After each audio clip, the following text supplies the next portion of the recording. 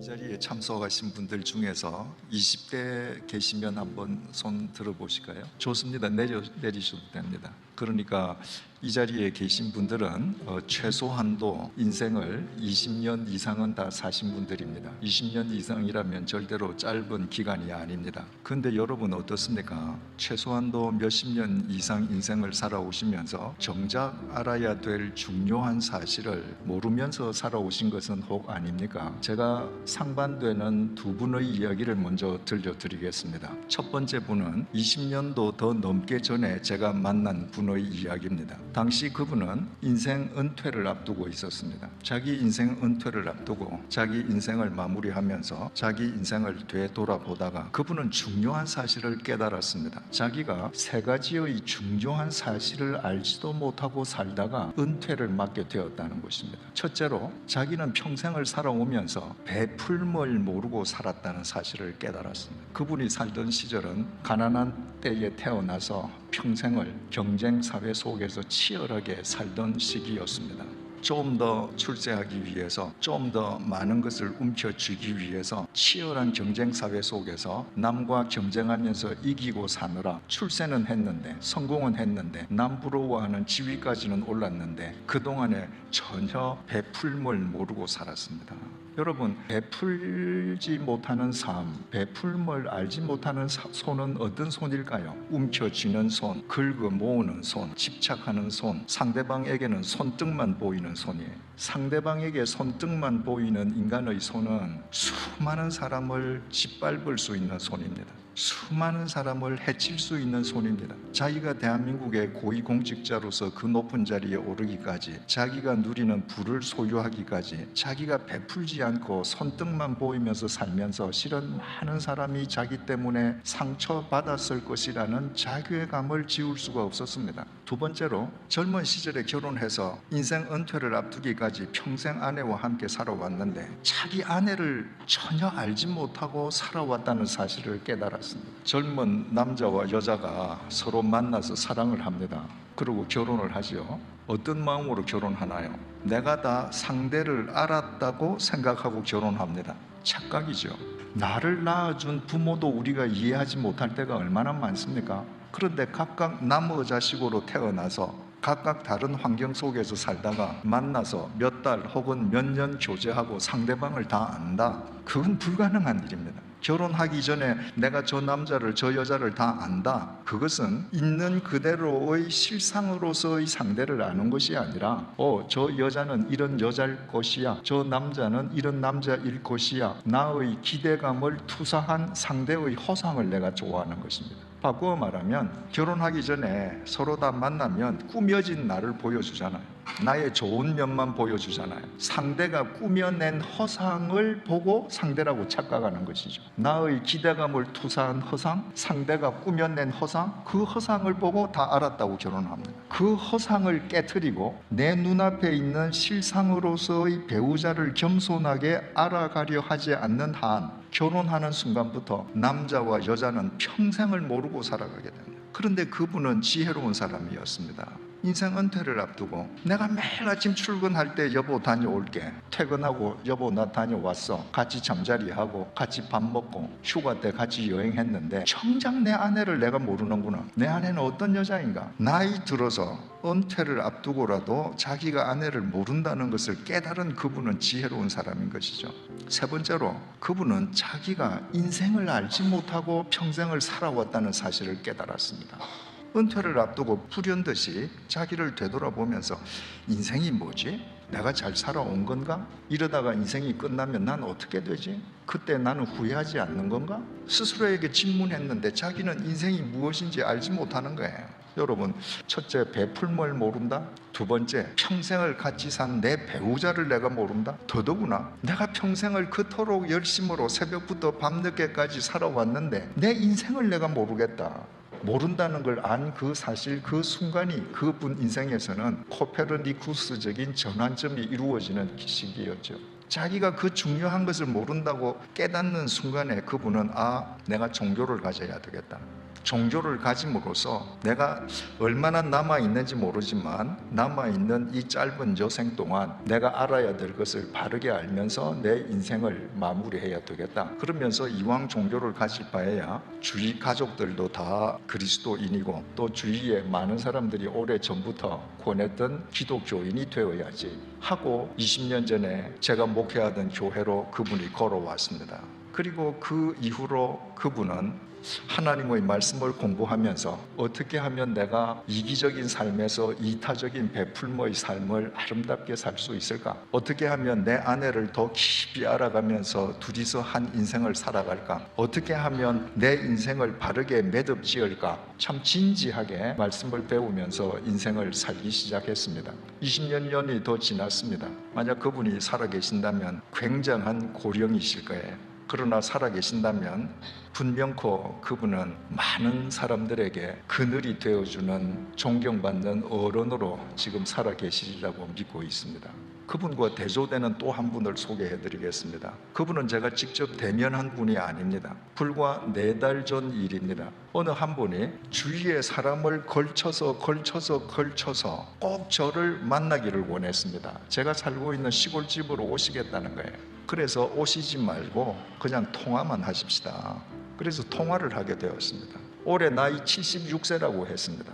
그분은 이미 은퇴를 오래전에 하신 분이시죠. 그리고 이제 자기 인생 자체를 마무리하면서 종교를 갖고 싶은데 불교, 천주교, 기독교 가운데에 어떤 종교를 갖는 것이 좋겠는지 꼭 제 대답을 들어봐야 되겠다는 겁니다.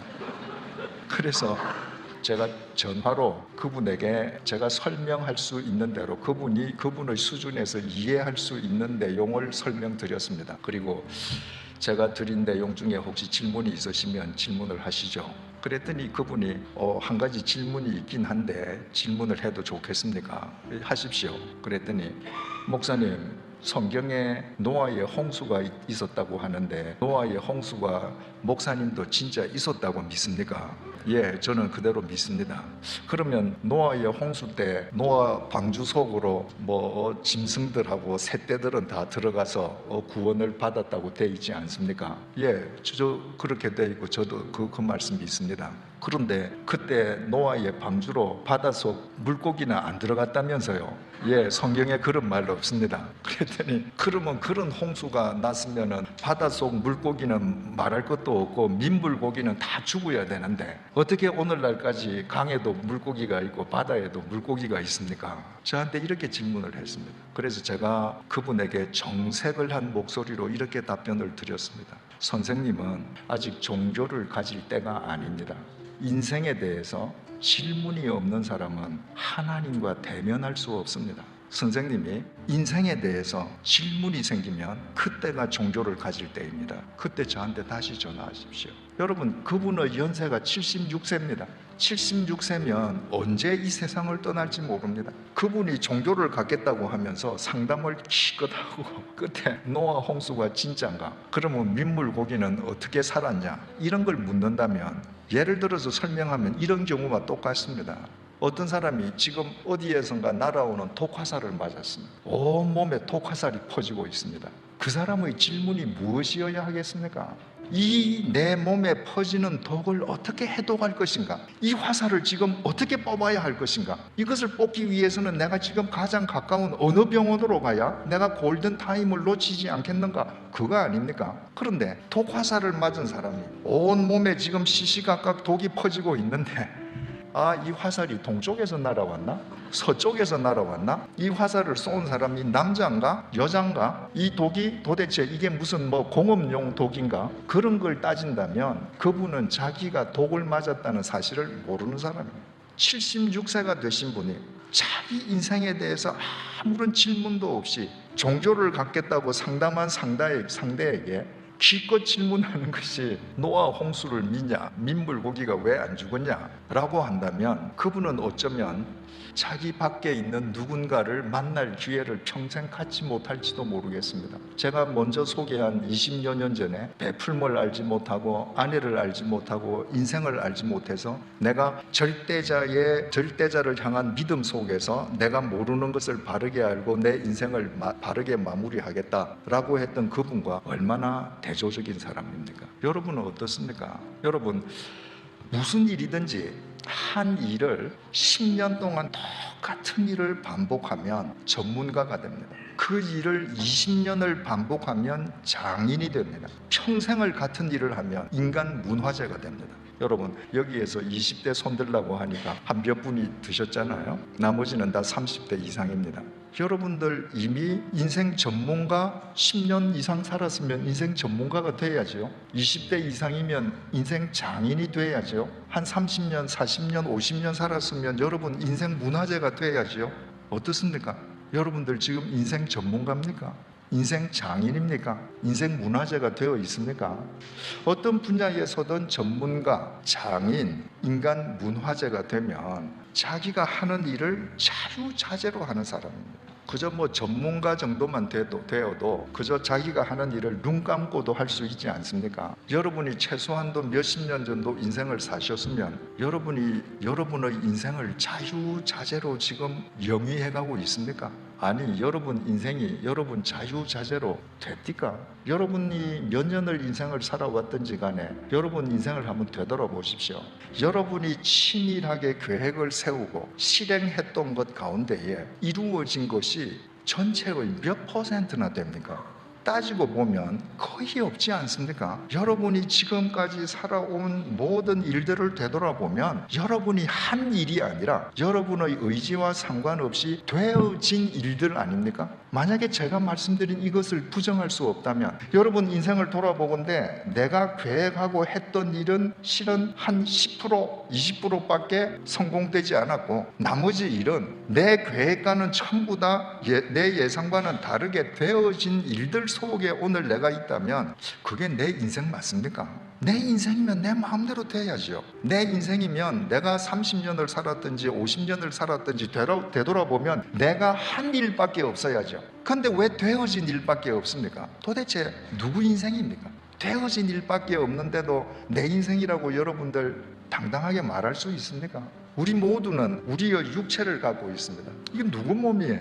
내 몸입니다. 내 몸, 내 육체예요.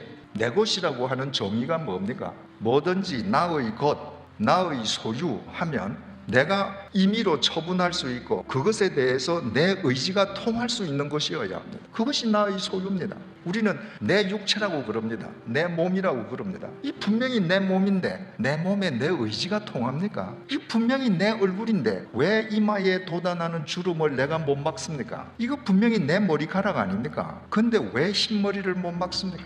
여러분 우리가 밤에 잠을 잘 때 집 안에서 문을 꽁꽁 걸어 잠그잖아요. 누구 들어오지 말라고, 도둑놈 들어오지 말라고.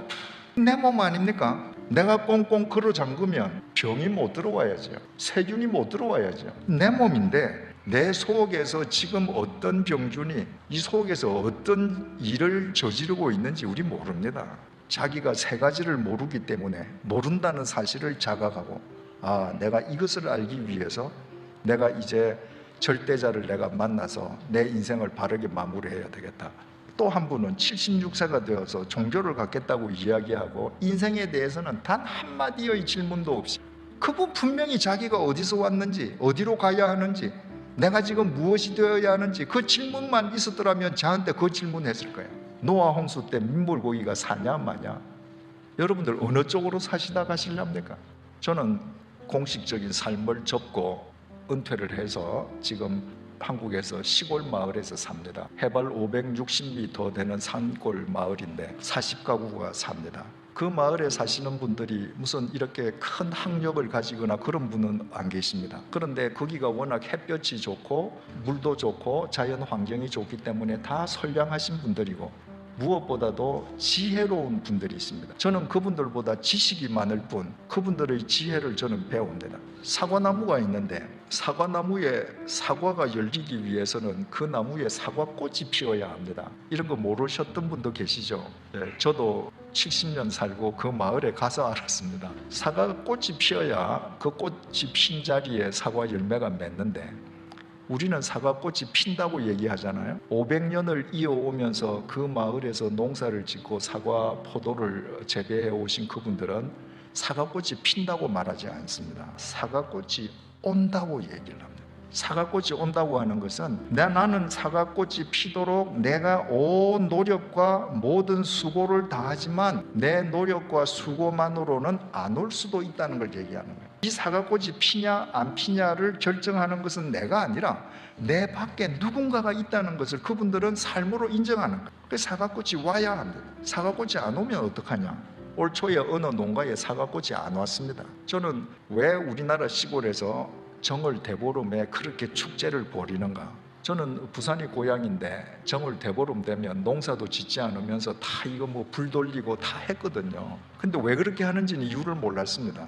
시골에 가보니까 농사가 정월 대보름 다음 날부터 시작되는 거예요. 농부들은 바로 정월 대보름 다음 날부터 일을 시작합니다. 그러니까 일 시작하기 전에 축제 날인 거예요.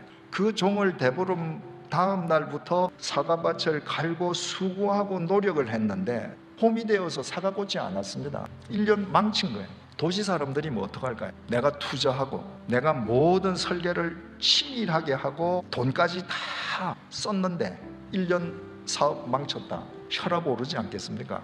속이 뒤집어지지 않겠습니까? 그런데 우리 마을 분들은 올 한 해는 쉬어가라 하시네, 이렇게 받아들입니다. 내가 최선을 다해도 내게 꽃을 오게 하시지 않는 그분이 올 한 해 나더러 그저 쉬라시네, 그거 받아들입니다. 단지 그분들은 도대체 꽃이 오게 하시는 분이 누구신가? 올 한 해 너는 편안하게 그냥 쉬어 라고 하시는 분이 누구신가?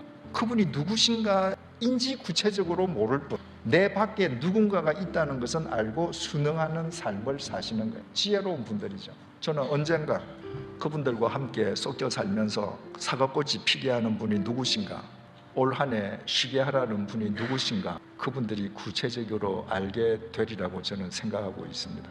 여러분, 우리에게는 지금 생명이 있습니다. 생명이 있기 때문에 우리가 이러고 앉아 있지 않습니까? 근데 생명 한자를 보십시오. 어떻게 쓰입니까? 살 생자에 명령할 명자입니다. 생명은 그냥 어쩌다가 생긴 게 아닙니다. 어쩌다가 아메바에서 뭐가 되고 어쩌다가 원숭이가 되고 어쩌다가 사람이 된 게 아니라 생은 명하시는 분이 있습니다. 사과꽃이 오게 하시는 분이 있는 것과 똑같습니다. 우리는 모두 우리 밖에서 누군가로부터 너는 생하라고 명을 받은 사람들, 우리에게 생을 명하신 분이 누구신가? 그 생을 명하신 분을 알면 우리는 어디에서 왔는가 알게 됩니다. 어디로 가는가 알게 됩니다. 지금 무엇이 되어야 하는가 알게 됩니다. 성경은 하나님께서 우리에게 생을 명하시고 우리에게 생을 주시기 위해 보내주신 분이 예수님이라고 우리에게 밝혀주고 있습니다. 왜 예수인가? 우리 주일 예배 시간을 통해 함께 생각해 보겠습니다. 단지 저는 여러분에게 이런 말씀을 드리는 것으로 오늘 제 말씀을 끝내고자 합니다. 여러분들은 인생을 아십니까? 여러분의 육체가 여러분 것인데 왜 마음대로 되지 않습니까? 여러분들의 죽음 언젠지 아십니까? 제 질문하지 않았습니까? 여러분들이 이런 인생에 대한 본질적인 질문, 근원적인 질문을 일평생 다시는 하게 되지 않을지도 모릅니다. 어쩌면 이 금요일 밤이, 이번 주일 예배가 여러분 일평생에 여러분들이 생각하지 않았고 당연히 알아야 됨에도 몰랐고 모른다는 사실 자체도 몰랐던 그 중요한 것을 한번 깊이 생각해 볼 기회가 이번 기회를 놓치면 다시는 없을런지도 모릅니다. 그리고 제가 서두에서 말씀드린 두 분 가운데의 후자분처럼 76세가 되어서도 인생에 대한 질문 하나 없이 인생을 살다가 어느 날 죽음의 비수를 맞고 그냥 인생이 끝나버릴런지도 모릅니다. 저는 여러분들에게 파스칼의 내기이론을 권합니다. 명상록으로 유명한 파스칼이 내기이론을 제안했습니다. 하나님이 있다는 쪽과 없다는 쪽에 어디에 내기를 걸 거냐? 하나님이 없다는 쪽에 내기를 걸었는데 코끝에서 호흡이 딱 끝나는 순간에 하나님이 있으면 그 사람은 망한 겁니다. 그렇잖아요. 그 순간에는 기회가 없습니다. 더 이상 기회가 없습니다. 내가 하나님이 계시다는 쪽에 내기를 걸었습니다. 그런데 하나님이 안 계셔요. 딱 죽는 순간에 보니까 하나님이 안 계십니다. 손에 날 게 있나요? 이건 제 얘기가 아닙니다. 파스칼이 하는 얘기예요. 내가 하나님이 계시다고 내가 믿고 그 하나님의 말씀에 따라서 내가 인생을 바르게 살면 내 배우자와 더 바르게 사랑하게 되고 내 자식과 더 바른 관계를 맺고, 저는 파스칼의 내기론이 정말 탁월한 제안이라고 생각합니다. 여러분도 어느 쪽에 내기를 거시겠습니까?